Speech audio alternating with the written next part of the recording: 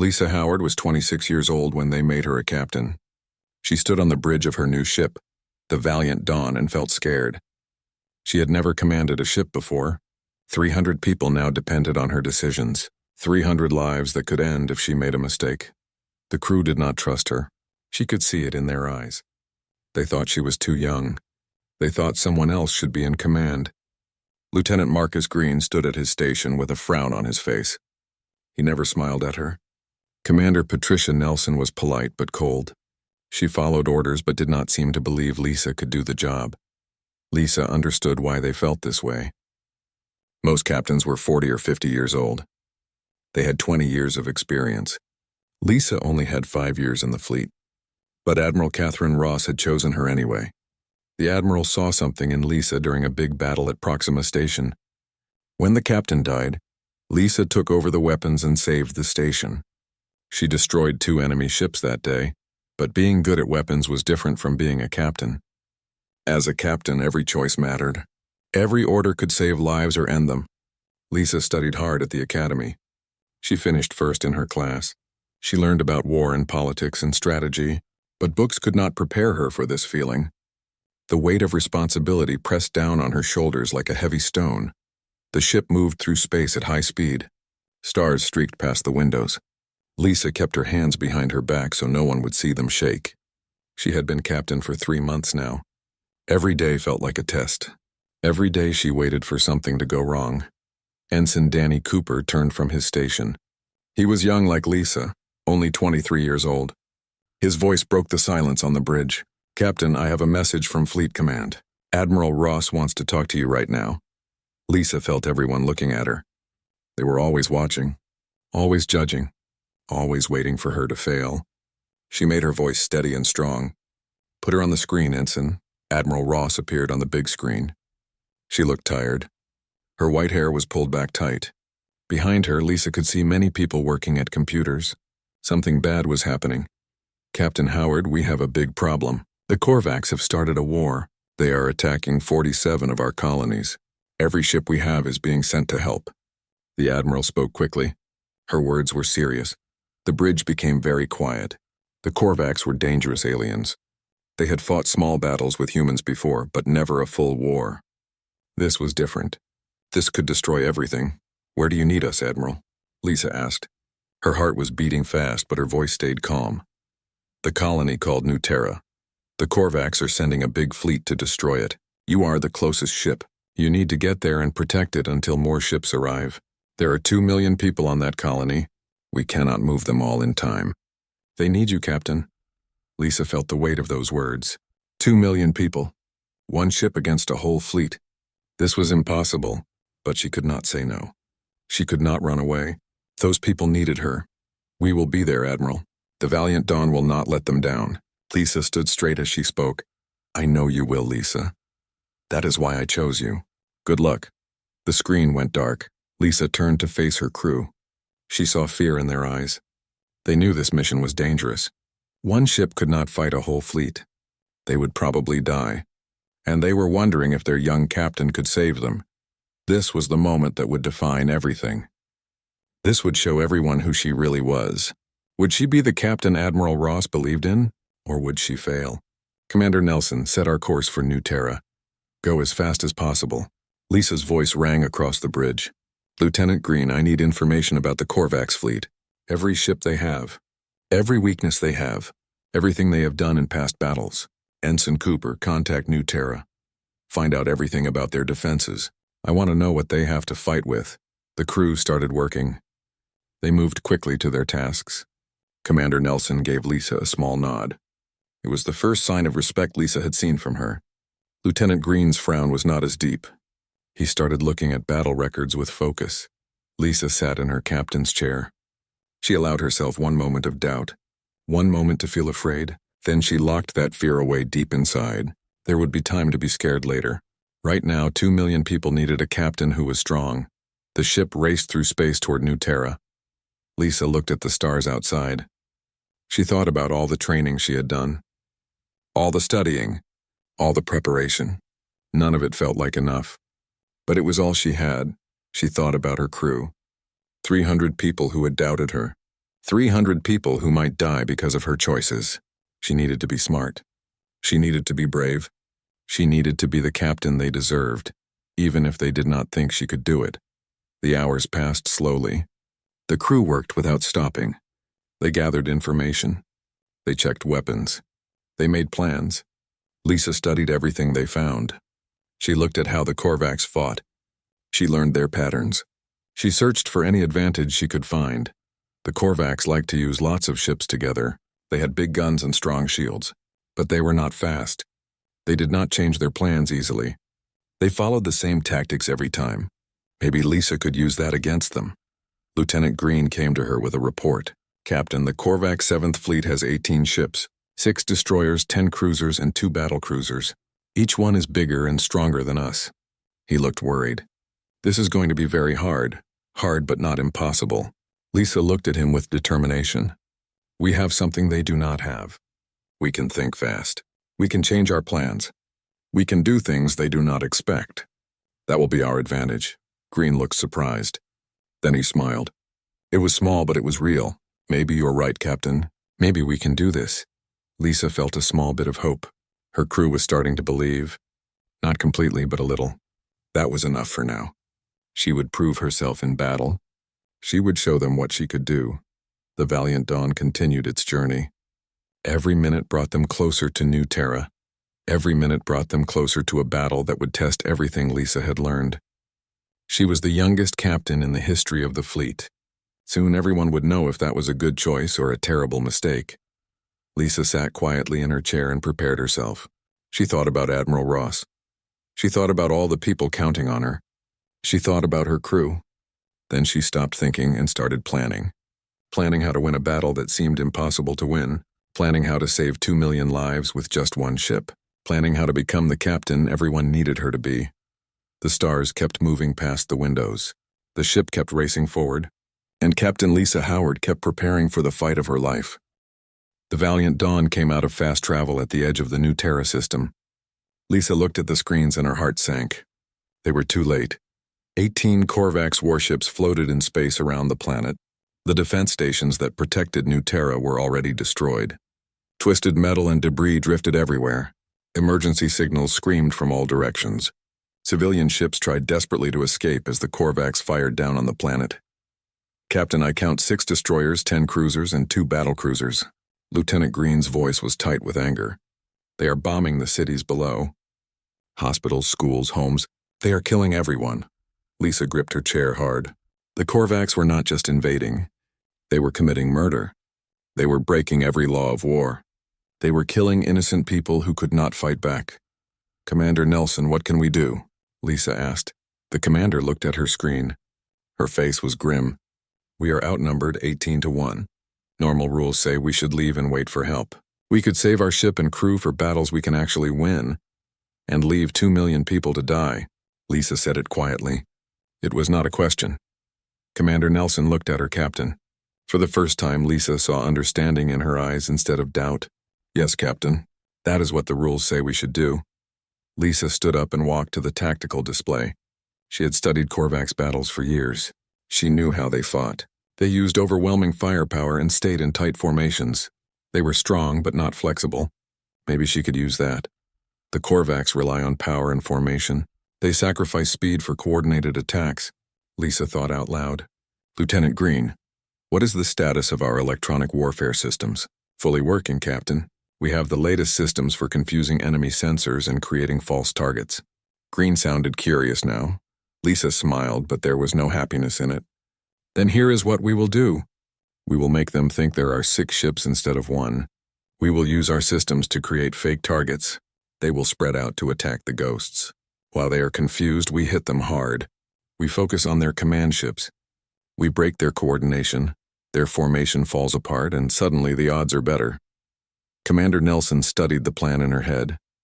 It is crazy. It might work for a few minutes. But once they realize the trick, they will focus all their fire on us. We will be destroyed. Not if we keep moving. Not if we are unpredictable. Lisa's voice was strong. The Korvax think they know how humans fight. We follow patterns. We are predictable, so we stop being predictable. We improvise, we adapt. We do things that make no sense until they do. The bridge was silent. Everyone understood what Lisa was saying. This plan was desperate. It depended on luck and perfect timing. It was also the only chance those 2 million people had. Lieutenant Green, start the electronic warfare. Give me 6 fake ships and make them look real. Commander Nelson, put maximum power to engines and shields. We are going to dance with battle cruisers, and I do not want to get hit. Ensign Cooper, send this message to the Korvax fleet on all channels. Ready to send, Captain. Cooper replied. Lisa took a deep breath. Then she spoke words that would be remembered forever. This is Captain Lisa Howard of the United Earth Fleet ship Valiant Dawn. You are violating the laws of war. You are targeting civilians. You are committing war crimes. You have one chance to leave. Refuse and I will personally destroy every single one of your ships. You have 60 seconds to decide. The response came quickly. A harsh voice filled the bridge. Human Captain, you have one ship against our fleet. Your courage is foolish. Leave now and we will let you live. Stay and you will die with the colony. Lisa's smile turned sharp. Your 60 seconds are up. Let us see who wins. All hands battle stations. Execute attack pattern now. The Valiant Dawn shot forward. Its engines blazed bright against the darkness of space. The electronic warfare systems activated. Suddenly, the Korvax sensors showed 6 human warships attacking instead of 1. The Korvax fleet hesitated for just a moment. That moment was all Lisa needed. The Valiant Dawn rolled hard to the side. Missiles launched from its tubes toward the nearest destroyer. The fake ships copied the attack. The destroyer's defenses could not handle so many targets. The destroyer exploded in a brilliant flash. The reactor created a small sun that lit up the battle. The Korvax formation scattered. Ships tried desperately to find the real target among all the fake ones. Lisa stood in the center of her bridge. She called out moves and targets with precision. The Valiant Dawn twisted and dove through space like a dancer. It never stayed in one place long enough for the Korvax to get a good shot. When they expected retreat, Lisa advanced. When they expected an attack from one side, she struck from another. It was working. Against all logic, it was actually working. Another destroyer exploded, then a cruiser. The Korvax fleet was in chaos. Their commanders shouted conflicting orders as they tried to counter an enemy that refused to follow any pattern. But Lisa knew they could not keep this up forever. The shields were down to 60%. They had used half their missiles. The Korvax were learning. Soon they would see through the trick. When that happened, the Valiant Dawn would face 16 ships alone. Then Ensign Cooper shouted with excitement, Captain, detecting multiple ships arriving. Friendly ships. It is the Third Fleet. 47 ships. They are here. Lisa felt relief wash over her. They had held. Against impossible odds with a crazy plan, they had held long enough for help to arrive. All ships, this is Captain Howard. I am sending you tactical data on Korvax positions and weaknesses. Let us finish this. The battle that followed was quick. The Korvax 7th Fleet, already damaged and confused by the Valiant Dawn, fell apart under attack from 48 human warships. Within an hour, it was over. 16 Korvax ships were destroyed. 2 were captured. The rest ran away. Lisa stood on her bridge watching rescue ships help the people of New Terra, 2 million people who would have died if the Valiant Dawn had followed normal rules and left. Commander Nelson walked up to her. Then she did something Lisa never expected. She saluted. It was a gesture of deep respect in the fleet. Permission to speak freely, Captain? Go ahead. Lisa replied. I was wrong about you. When you took command, I thought Admiral Ross made a mistake. I thought you were too young, too inexperienced. But today you proved that age and experience mean nothing compared to courage and creativity. You saved 2 million lives by doing the impossible. I would be honored to serve as your executive officer for as long as you will have me. Lisa felt tears trying to form. She pushed them back. There would be time for emotions later. Right now she had a crew to lead and a ship to repair. Thank you, Commander. Now let us get this ship ready for combat again. Something tells me this war is just beginning. Lisa Howard had passed her first real test.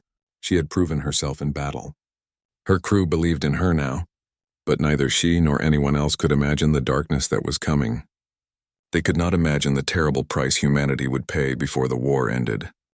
6 months after the Battle of New Terra, the Korvax had attacked 40 more systems. What started as one big attack had become a long, grinding war. Both sides were losing thousands of people every week. Every day brought news of new battles, new deaths, new worlds burning. Captain Lisa Howard had become famous during this time. The youngest captain in fleet history had fought in 17 major battles.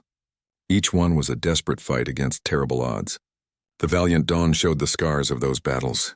The ship had been repaired so many times that barely any original parts remained visible. But fame came with a price.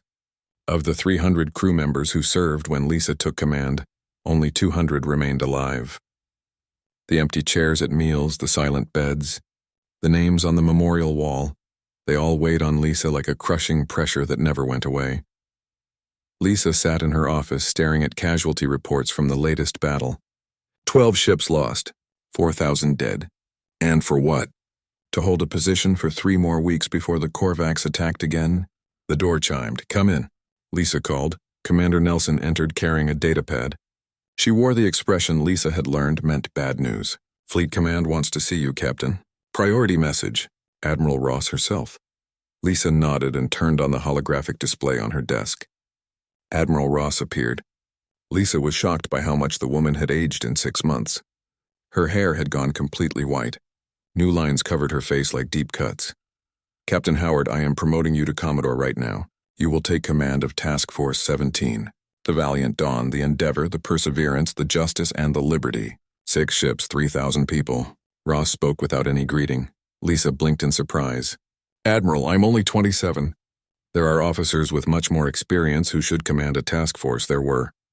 Most of them are dead now," Ross replied bluntly. "The Korvax have killed or captured 80% of our senior commanders. We are promoting officers based on skill and results, not age. You have fought more battles in 6 months than most captains see in their whole careers. You have won everyone even when you should not have. Your tactics are being taught at the academy. Other captains are trying to copy your style. You are exactly what the fleet needs right now." Lisa heard what the Admiral was really saying. The fleet was desperate. They were running out of experienced commanders. The war showed no signs of ending. Lisa was being promoted not because she deserved it, but because there was no one else left. "What is the mission, Admiral?" Lisa asked. "The Korvax are gathering their 2nd and 5th fleets near the Kepler system. Intelligence thinks they are planning a major attack toward our core worlds. If they break through at Kepler, they will have a direct path to Earth itself. Your task force will help defend that system. Hold Kepler, Commodore. Hold it or we lose everything." The hologram turned off. Lisa sat alone with her thoughts. Commander Nelson, who had listened quietly, finally spoke. "Congratulations, Commodore. Though I suspect this promotion feels more like a burden than an honor. Every promotion in wartime is a burden." "Someone died to create the opening," Lisa replied quietly. "Gather the task force. We leave for Kepler in 12 hours. The Battle of Kepler system would be remembered as one of the bloodiest fights of the war. The Korvax threw everything they had at the human defenders. Wave after wave of warships crashed against the defense fleet like a steel tide. For 3 days the battle continued without stopping. Commodore Lisa Howard commanded Task Force 17 from the bridge of the Valiant Dawn. She coordinated 6 ships through chaos and death. The Endeavor went down on the first day. A Korvax battleship rammed it in a suicide attack. The Perseverance lasted until the 2nd day before a missile hit its reactor. By the 3rd day, only the Valiant Dawn, the Justice, and the Liberty still fought. The rest of the defense fleet had fared no better. Of the 30 ships that started the battle, fewer than a dozen still remained. But they held. Through courage, desperation, and pure stubbornness they held. When the Korvax finally pulled back, driven away by losses they could not afford, Lisa stood on her smoke-filled bridge and counted the cost. 1,600 dead from her task force alone. Thousands more across the defense fleet. Ships that would take months to repair if they could be repaired at all. But Earth was safe. The Korvax offensive had been stopped. The core worlds remained secure. It was a victory, though it felt nothing like one as Lisa walked through the medical bay. She saw rows of wounded crew members. She heard their screams despite the painkillers. That night, alone in her room, Lisa finally let herself break. She sat on the floor with her back against the wall. She cried for the dead, for the wounded, for the innocent lives destroyed by this endless war. She cried until there were no more tears. Then she pulled herself together and went back to work, because that was what commanders did. They carried the weight of every decision, every death, every sacrifice. They bore the burden so their crews did not have to. And they kept fighting, no matter how much it hurt, because the alternative was giving up. Lisa Howard, 27 years old and already a Commodore, had learned the hardest lesson of command. Victory and defeat often looked the same when measured by the bodies between them. All that mattered was survival and the will to keep fighting one more day. The war continued, eating everything in its path. And Lisa continued with it, becoming harder, colder, more ruthless with each battle. The young, hopeful captain who had taken command of the valiant Dawn was gone. She had been burned away in the fires of war. What remained was something new, something created by blood and necessity, something that the Korvax would learn to fear. The months passed like years. Every week brought new battles. Every battle brought new losses. The fleet that had been 300 ships at the start was now less than 100. Officers who had been captains became admirals not through merit but through survival. Everyone who had lived long enough got promoted because everyone above them had died. Lisa found herself commanding not just a task force, but an entire battle group. 15 ships and 8,000 people looked to her for orders. She was good at her job. She won battles that should have been losses. She saved lives that should have been lost. But every victory felt hollow because of how many did not survive. Commander Nelson died at the Battle of Proxima. She took command of a damaged destroyer when its captain was killed. Then she deliberately crashed it into a Korvax battlecruiser to let the rest of the fleet escape. Lieutenant Green died at the siege of New Madrid. A missile hit the bridge during a surprise attack. Ensign Cooper made it to the rank of lieutenant commander before dying in a reactor explosion during repairs. One by one, the people Lisa had known were gone, replaced by younger and younger officers, children barely out of the academy taking positions they were not ready for, just like Lisa had been 3 years ago, a lifetime ago. The Valiant Dawn had been rebuilt so many times that nothing of the original ship remained. But Lisa kept the name. It felt important to keep something from the beginning. A reminder of where she started. A reminder of who she used to be before the war changed her into something else. She looked at herself in the mirror sometimes and barely recognized the person staring back. The young woman who had been nervous about command was gone. In her place was someone harder. Someone who could order people to their deaths without hesitation. Someone who calculated lives like numbers on a spreadsheet. The war had made her into this. The war had made everyone into something less than they were, and the war showed no signs of ending. The Korvax changed their strategy. They stopped trying to conquer. Instead, they just destroyed everything. World after world burned as the enemy fleet moved through human space like a disease. They destroyed buildings, stations, and defenses. Then they left before help could arrive. The United Earth Fleet had been destroyed piece by piece. Of the 300 ships that began the war, fewer than 80 remained operational. Admiral Ross had been killed at the Battle of Titan Station. Most of Fleet Command died with her. The chain of command had broken as officers died faster than they could be replaced. Captain Lisa Howard, promoted to Rear Admiral at 29 years old, now commanded what remained of the 3rd Fleet from the bridge of the Valiant Dawn. Her ship had been rebuilt so many times that nothing of the original vessel remained except its name and the crew who refused to leave it. Of the 300 people who served when Lisa first took command, only 17 remained alive. Commander Nelson was dead. Lieutenant Green was dead. Lieutenant Commander Cooper was dead. All the familiar faces were gone, replaced by young officers who looked like children. Lisa stood alone on her bridge, surrounded by faces that grew younger with each battle. Most of them were barely 20 years old. They were thrust into jobs they had no business doing, just like she had been 3 years ago, a lifetime ago. The tactical officer was a lieutenant named Kevin Price. He had graduated from the academy 6 months ago. His voice was nervous as he spoke. Admiral, long-range sensors are detecting a massive signal. Multiple contacts, very large ones. Lisa felt fear grip her stomach. How many? 50 contacts? No, wait, 75. They are still coming. Admiral, the entire Korvax armada just arrived in the system. Every ship they have, this is it. This is their final attack. Price's voice cracked with fear. The bridge fell silent. Everyone understood what this meant. The Korvax had brought every warship they had for this attack.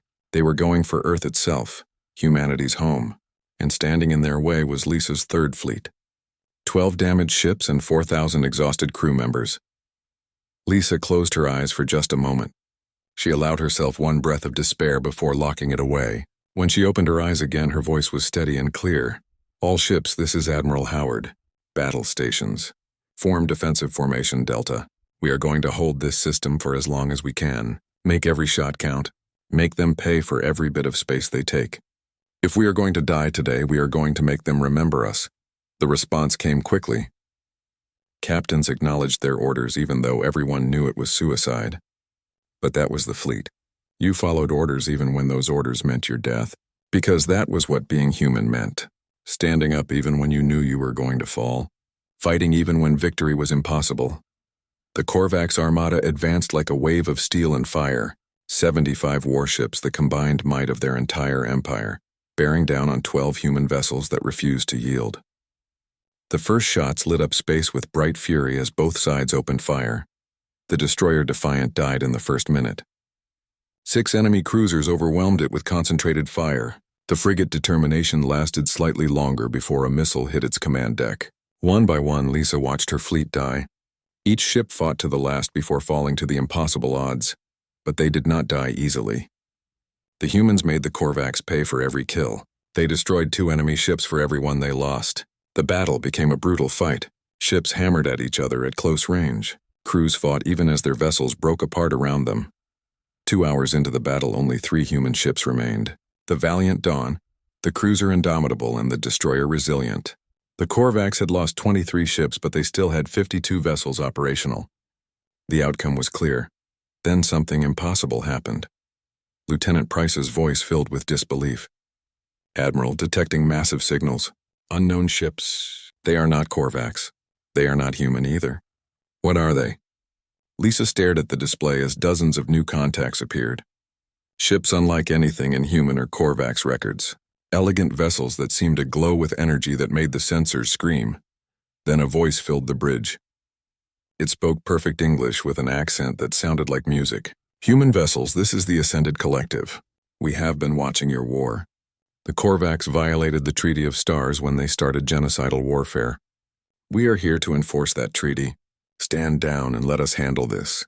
Lisa watched, stunned, as the newcomers tore through the Korvax armada like predators through prey. Their weapons were unlike anything she had ever seen. Beams of energy sliced through shields and armor as if they did not exist. The battle that seemed destined to end in humanity's extinction was over in 15 minutes. When the last Korvax ship exploded or ran away, the Ascended Collective formed up around the 3 surviving human vessels. The musical voice returned. Admiral Howard, you have proven humanity's worth through your courage and determination. The Korvax will trouble you no more. We will make sure they honor the peace. But know this. You fought this war almost entirely alone with few resources. You refused to surrender even when defeat was certain. That is why we helped. Civilizations that fight with such spirit deserve to survive. We will be watching. Farewell. The Ascended Collective's ships vanished in a flash of light. They left the 3 battered human vessels floating in space, surrounded by the wreckage of the Korvax armada. Lisa stood on her bridge trying to understand what had just happened. The war was over. Humanity had survived, but at what cost? Of the 300 ships and hundreds of thousands of people that began the war, only 3 vessels and 1,200 crew members remained. An entire generation of fleet officers had been killed. Dozens of colonies lay in ruins. The scars would take decades to heal, but they had survived. Against all odds, refusing to surrender even when extinction seemed certain, humanity had endured. And the galaxy had noticed. Lisa sat down heavily in her command chair. She felt every one of her 29 years like a weight pressing down on her. She had started this war as the youngest captain in fleet history. She was ending it as the last one standing. She commanded one of only 3 ships that remained from a fleet that once had hundreds. But she was still standing. And so was humanity. That would have to be enough. The days after the war were strange. The silence felt wrong after years of constant battle. No more emergency calls. No more casualty report. No more desperate fights against impossible odds. Just silence and the slow work of counting the dead. Lisa spent days signing death certificates and writing letters to families. Thousands of letters, each one telling someone that their son or daughter, Mother or father, husband or wife was not coming home. Each one a small piece of her soul torn away. The Ascended Collective kept their word. They gave humanity technology as a reward for their courage. New weapons, new shields, new engines. Technology that would let humanity rebuild faster and stronger. But no technology could bring back the dead. No gift could fill the empty spaces left behind. Lisa walked through the memorial garden that was being built to honor the fallen. Workers were carving names into black marble walls. 200,000 names. 200,000 people who had died in 3 years of war. The scale of it was incomprehensible. She found the section being prepared for the valiant dawn. 300 names would go on that wall. People who had served on her ship at different times during the war. Of those 300, 283 had died. Only 17 had survived to see the war end. Lisa touched the space where Commander Nelson's name would be carved. Her first executive officer, the woman who had doubted her and then become her strongest supporter. She touched where Lieutenant Green's name would go, the tactical officer who questioned every decision until Lisa proved herself. She touched where Lieutenant Commander Cooper's name would be, the young officer who had grown into a fine leader before dying in a pointless accident. So many names. So many lives ended too soon. So much potential lost forever. But they had not died for nothing. They had died protecting humanity. They had died buying time for others to escape. They had died holding the line so Earth could survive. Their sacrifice had meaning, even if that meaning came at a terrible price. Lisa stood in that garden for a long time, paying her respects to the fallen, carrying the weight that came with survival. She was the last one standing from the original command. Everyone else was gone, and she would spend the rest of her life making sure their sacrifice was not forgotten. 5 years after the war ended, Admiral Lisa Howard stood at a podium in the rebuilt Fleet Academy. She looked out at 2,000 cadets who watched her carefully. At 34 years old, she was the youngest person ever to hold the rank of Fleet Admiral. She commanded the entire United Earth Fleet. The fleet she commanded was very different from the one during the war. 200 new ships had been built using technology from the Ascended Collective. The cadets before her were a new generation. They would never know what it was like to fight a war with few resources against impossible odds. But Lisa remembered. She remembered every battle, every death, every impossible choice. The memories lived in her dreams. They came in quiet moments when she was alone. They showed in the scars that covered her body from wounds that nearly killed her many times. You stand here today because countless people died to give you this chance. Lisa's voice carried across the assembled cadets. This academy, this fleet, this civilization, all of it exists because people chose to stand and fight when running would have been easier. They chose to sacrifice when surrender would have been simpler. They chose to hope when despair would have been justified. She paused, letting her gaze sweep across the young faces before her. When I took command of the Valiant Dawn, I was 26 years old. I was the youngest captain in fleet history. Many people thought it was a mistake. They thought I was too young, too inexperienced, too unprepared. And they were right. I was all of those things. But I was also determined. I was creative. I was willing to do whatever it took to protect the people under my command, and the civilians who depended on us. Lisa gripped the podium tightly. The war taught me that age and experience mean nothing. Compared to courage and flexibility, the officers who survived were not the ones who followed rules blindly. They were the ones who could improvise, who could think creatively, who could make hard decisions when everything was falling apart. They were the ones who refused to quit no matter how dark things became.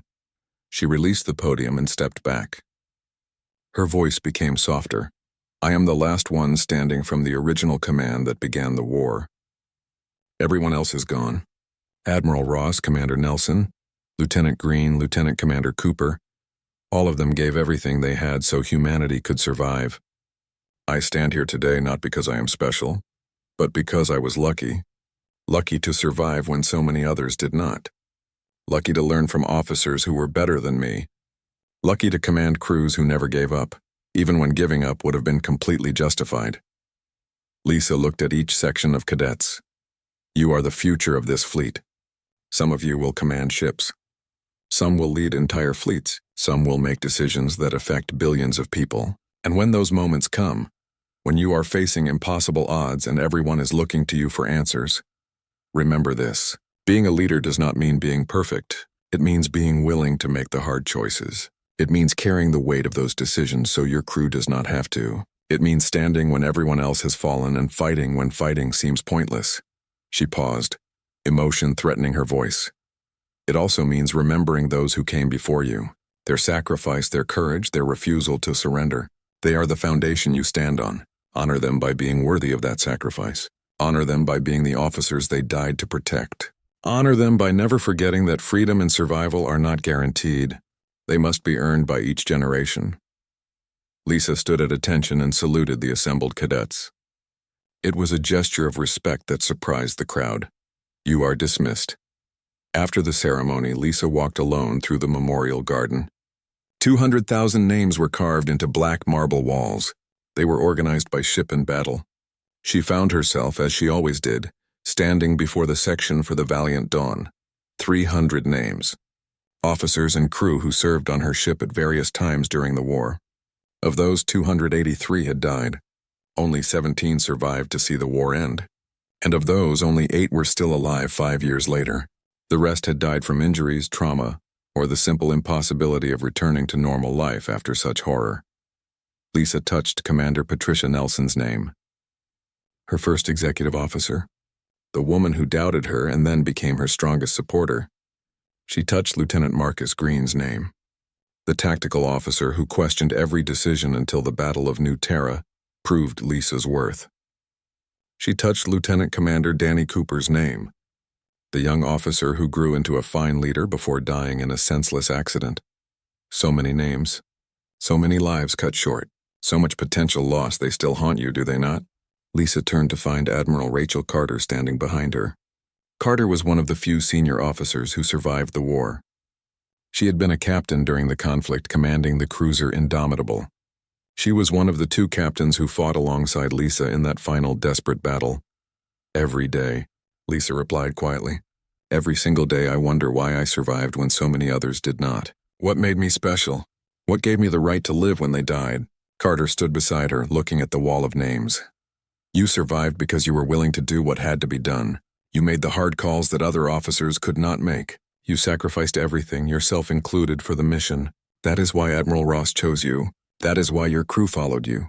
That is why the fleet looks to you now. It does not make it easier. Lisa replied, it is not supposed to. The day it becomes easy is the day you have stopped being human. Carter said, carry the weight, Lisa. Carry it because someone has to. Carry it because they cannot anymore. But do not let it destroy you. They died so you could live, so humanity could survive. Honor that by living well, by leading well, by making sure their sacrifice meant something. Lisa nodded, not trusting herself to speak. The 2 admirals stood in silence before the memorial wall. They paid their respects to the fallen and carried the weight that came with survival. Later that evening, Lisa returned to her office in Fleet Command headquarters. The view from her window showed Earth below. Lights sparkled across the continents as billions of people went about their lives. They were unaware of how close they had come to extinction. They were unaware of the price paid for their continued existence. On her desk sat a holographic frame that showed images from before the war. The crew of the Valiant Dawn assembled on the bridge for a formal picture on the day Lisa took command. 300 faces, young and old, united in their service to something greater than themselves. Most of those faces were gone now, reduced to names on a memorial wall, but Lisa remembered each one. She remembered their voices, their habits, their hopes and fears. She carried them with her. A burden that would never lighten, a responsibility that would never end. She was the last one standing. The youngest captain in fleet history had become the youngest admiral. She had survived a war that killed almost everyone else. She had been given the job of rebuilding a shattered fleet. It was a burden she never asked for, but one she would carry until her last breath, because that was what being human meant, standing when others fell, fighting when victory seemed impossible, carrying the weight so others did not have to, refusing to surrender no matter how dark things became. Admiral Lisa Howard turned away from the window and back to her work. There were reports to review, decisions to make, a fleet to command. The war was over, but her duty continued. It would continue for the rest of her life. A testament to those who gave everything so humanity could survive. She was the last one standing. And she would honor that responsibility by standing tall, standing proud, and standing ready for whatever challenges the future might bring, because that was what Commander Nelson taught her. That was what Lieutenant Green showed her. That was what Admiral Ross believed she could be. The youngest captain had become the last captain standing. And in that change, she had become something more. A symbol of humanity's refusal to surrender, a living reminder that courage and determination could overcome impossible odds, a source of hope for a civilization that nearly died but chose instead to endure. The stars beyond Earth shone bright and eternal. A vast frontier waiting to be explored by a species that proved itself worthy of survival. And watching over that species, guiding its fleet, bearing the weight of command with grace and strength, was Admiral Lisa Howard, the youngest. The last, the one who stood when everyone else had fallen, and she would stand forever. A testament to the human spirit, a guardian of the peace so dearly bought, a leader worthy of those who died to make her rise possible. 10 years after the war ended, Fleet Admiral Lisa Howard sat in her office reviewing the latest reports. The fleet now had 400 ships. Colonies that were destroyed had been rebuilt. The scars of war were slowly healing, but some wounds never truly healed. At 39 years old, Lisa had spent more than half her life in the military. 13 years of service, 3 years of brutal war, 10 years of rebuilding. She looked older than her age. Gray streaks ran through her dark hair. Lines marked her face. The weight of command had aged her in ways that time alone could not explain. The door chimed and her aide entered. "Admiral, there is someone here to see you. They say it is important." The young officer looked uncertain. "Who is it?" Lisa asked, not looking up from her reports. "They did not give a name, ma'am. They just said you would want to see them." "They're not human." That got Lisa's attention. She looked up. "Not human? Show them in." The visitor who entered was unlike anything Lisa had seen in person before. Tall and elegant, with skin that seemed to shimmer with faint light. The same species that had saved humanity 10 years ago. One of the Ascended Collective. The being spoke with that musical voice Lisa remembered from the final battle.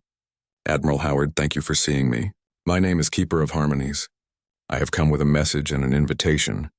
Lisa stood and gestured to a chair. "Please sit. What message do you bring?" The being sat with fluid grace. "The Ascended Collective has been watching humanity for 10 years now.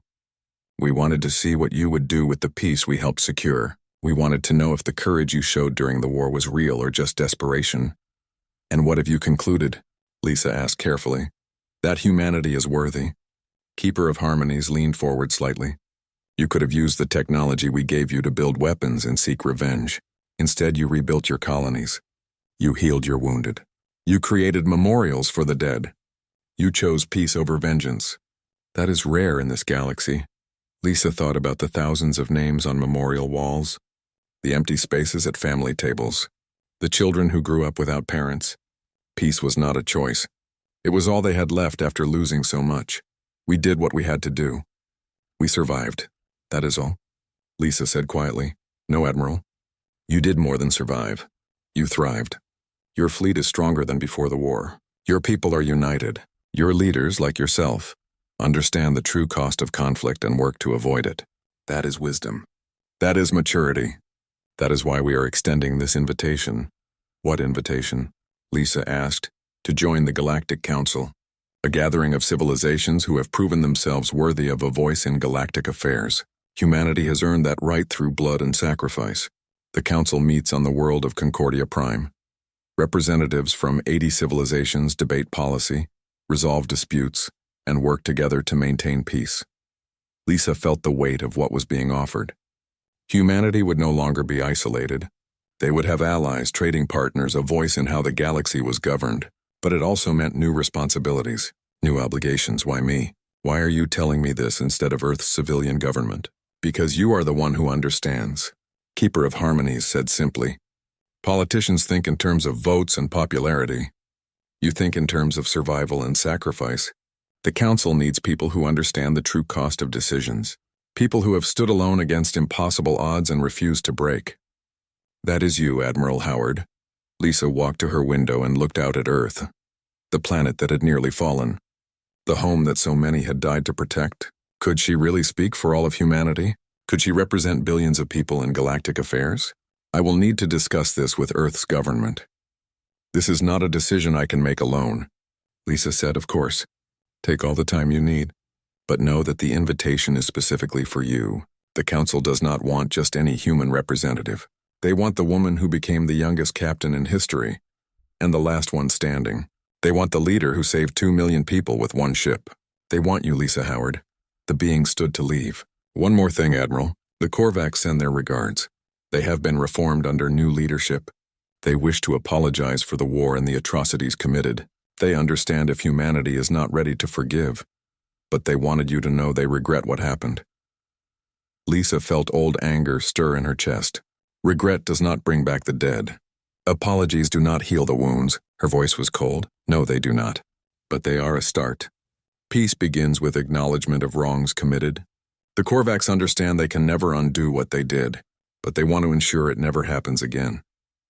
That is worth something. Keeper of Harmonies walked to the door, then paused. You carry a heavy burden, Admiral. All those names you remember. All those faces haunting your dreams. Let me tell you something that might help. They do not want you to suffer.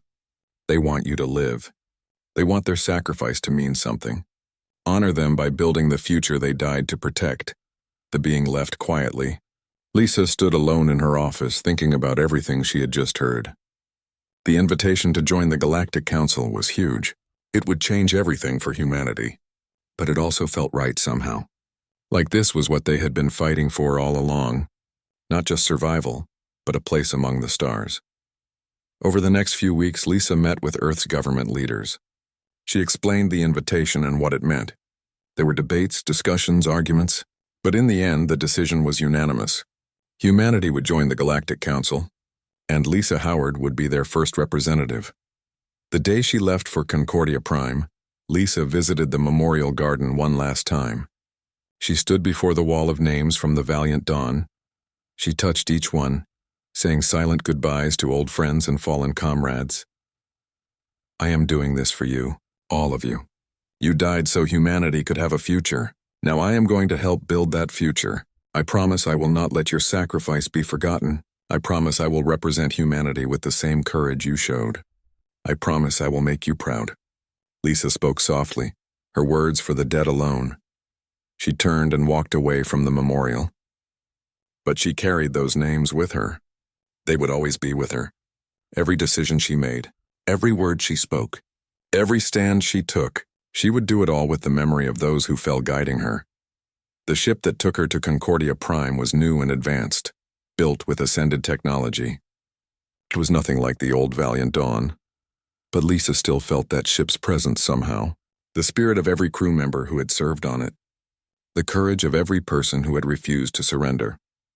When she arrived at Concordia Prime, representatives from 80 civilizations waited to meet her.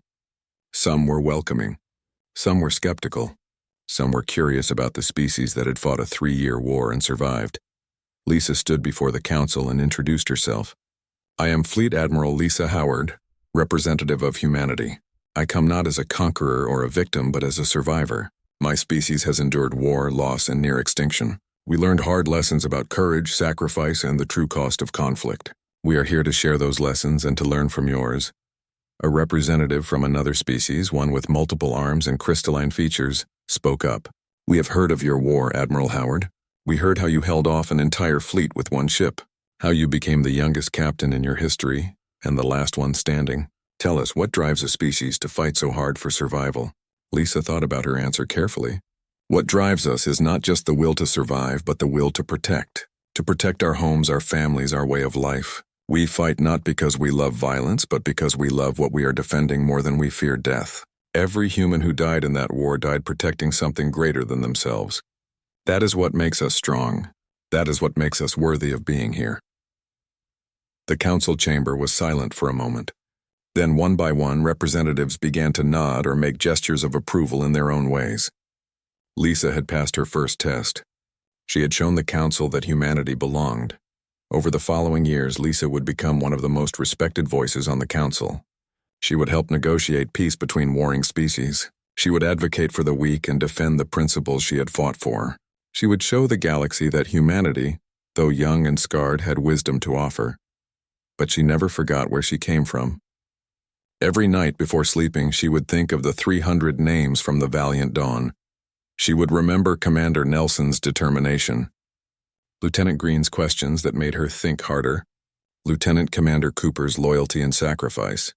She was the youngest captain who became the last one standing, the survivor who carried the weight of all who fell, the leader who understood that true strength came not from weapons or ships, but from the willingness to stand for what was right, no matter the cost. And in the halls of the Galactic Council, when difficult decisions needed to be made, other representatives would often ask the same question: what would Admiral Howard do? Because they knew she would choose the path of courage over convenience, the path of sacrifice over safety, the path that honored those who came before by building a better future for those who would come after. Lisa Howard had become more than a survivor. She had become a symbol, a reminder that even the